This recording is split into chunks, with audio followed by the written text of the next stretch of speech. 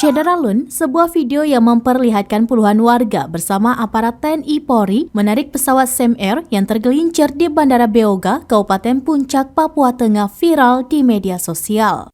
Kejadian tersebut diketahui terjadi pada Senin 23 Januari 2023 pagi setelah pesawat Twin Otter milik Sam Air mengalami kecelakaan saat mendarat di Bandara Beoga.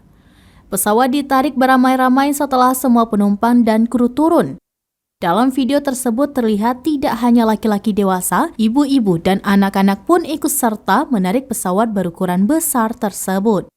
Menurut Kapolsek, aparat sebenarnya tidak meminta masyarakat yang berkumpul di sekitar bandara membantu menarik pesawat.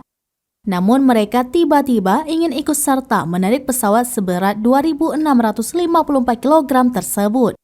Menurut Kapolsek, masyarakat Beoga merasa keberadaan bandara sangat penting lantaran lokasi itu hanya bisa diakses secara cepat dengan jalur udara atau pesawat.